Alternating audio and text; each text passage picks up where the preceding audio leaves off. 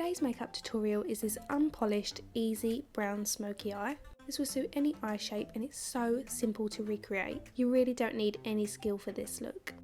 So I'm starting off with the eyes and I'm using Charcoal Brown by MAC. This is a muted taupe brown in a matte finish. So apply this over the mobile eyelid. If you've got hooded eyes, you can use your finger to lift the skin taut so you can apply it to the eyelid. Allow the hood to rest naturally, look dead ahead in the mirror and place that colour up to where your eye naturally creases. If you get quite oily eyelids, then you can apply a primer first.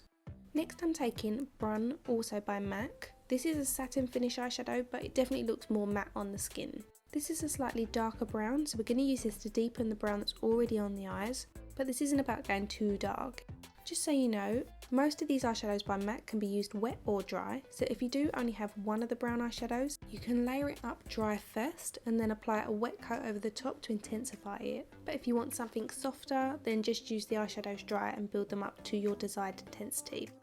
So I've applied a couple of washes of both colours and I'm going over that with a blending brush to make sure there's no harsh seams. We are going for an unpolished look, but that's going to come later with the smudged eyeliner.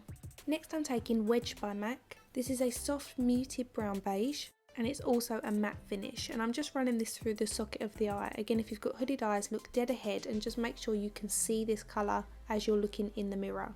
This is one of those eyeshadows I use in every makeup look to run through the socket just to finish it off. It adds the most subtle appearance of a soft shadow. I'm also running that underneath the lower lashes and then I'm going back in with Brun and applying that to the outer third of that mobile eyelid. Again, if you've got hooded eyes, just make sure the placement is in this area and that you've still got space between your eyelid and your eyebrow. Remember, if you don't have a lot of space between your eyelid and your eyebrow, then use smaller brushes, something like a pencil brush.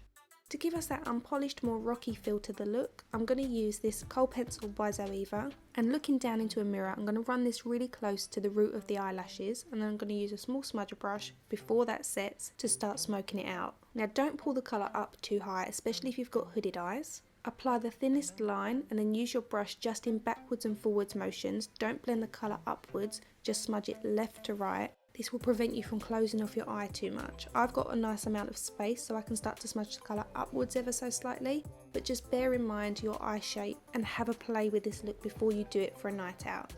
I love this ZOEVA pencil because, as you can see, it's super black and it's very soft, so it blends beautifully. It's also waterproof, so once it's in place it stays there, but it does mean you have to work with it in sections so that it doesn't set before you get time to smudge it. I'm using what's left on the brush to pull that out on the outer corner, and then we're going to go in with this colour by MAC, which is called Smut, and I'm using that over the top to smoke it out a little bit more. Depending on your eye shape, you might not want to do the wing. I'm then taking that ZOEVA Graphic Eyes Black to Earth pencil to tightline the eye and also run that along the waterline. When you are going along the waterline, try and pull it down ever so slightly so it just coats in between those lower lashes, and then we're going to go in with our smudger brush and just start dragging that Kohl pencil down. You want to coat all the skin in between the eyelashes with this dark eyeliner. You can also use a little bit of the brown eyeshadow to smoke under here if you don't want to go too dark.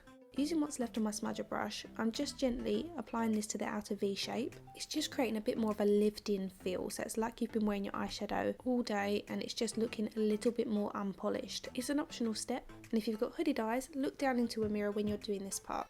This week I attended the benefit launch for the new BADgal Bang Mascara. The event was absolutely amazing, the whole team went all out and it was such a good launch.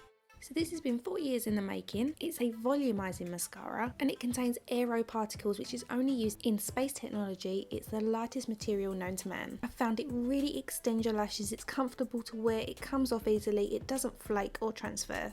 If you haven't tried it already, you have to. It is phenomenal. Over that, I'm going to apply these Ardell Demi Wispies. So for the skin, I'm starting off with YSL's Touche Éclat Blur Primer, which has tiny light reflecting particles in it. I also received 2 of their foundations this week. The one on the right is more of a light to medium coverage. The one on the left is more full coverage, which I'm going to use today.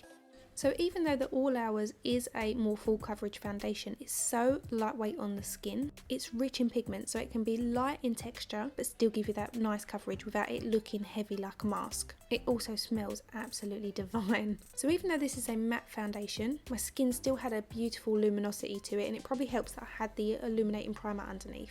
For concealer, I'm going to use the Urban Decay All Nighter Concealer. This time I'm going to be blending it in with my fingers. I've used it this week to trial it out, and it definitely works better with your fingers. It's a full coverage concealer. I put it on sort of afternoon time. I went out for the entire evening, and when I come back it was still in place. To set everything in place, I'm going to use the YSL Soufflé d'Eclat, if that's how it's pronounced. I'm going to use that to set underneath my eyes and the centre of my face. I love the packaging of this, and the product is beautiful. It doesn't leave you looking powdery like a lot of translucent powders do. Because we've got that smoke on the eyes, I'm not going to go too heavy on the skin. I'm going to start off by using the Chanel Bronze Universal Bronzing Cream.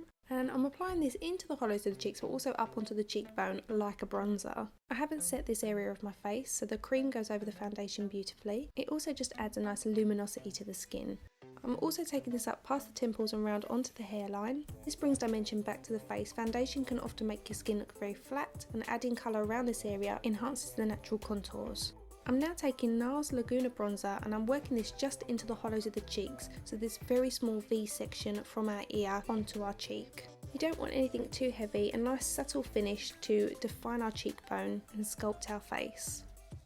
To enhance our actual cheekbone, I'm going to use the Natasha Denona Diamond and Blush palette, and I'm starting off with a cream highlighter. I'm going to use my dampened Real Technique sponge, pressed into the highlighter, and I'm going to bounce this over the tops of my cheekbones. I'm then going to go into the diamond powder and just make it a little bit more shimmery. This is more just out of curiosity to see what it looks like. The palette's been designed for extreme glow. There's 3 highlighter products that you can layer. I'm only using 2 here, but I would use them on an editorial shoot for that extreme glowing cheekbone. I really do love this palette, it's beautiful. My favourite Illamasqua Lover blush has broken. I have already repressed it once, but matte blushes and matte eyeshadows just don't set well like shimmers do.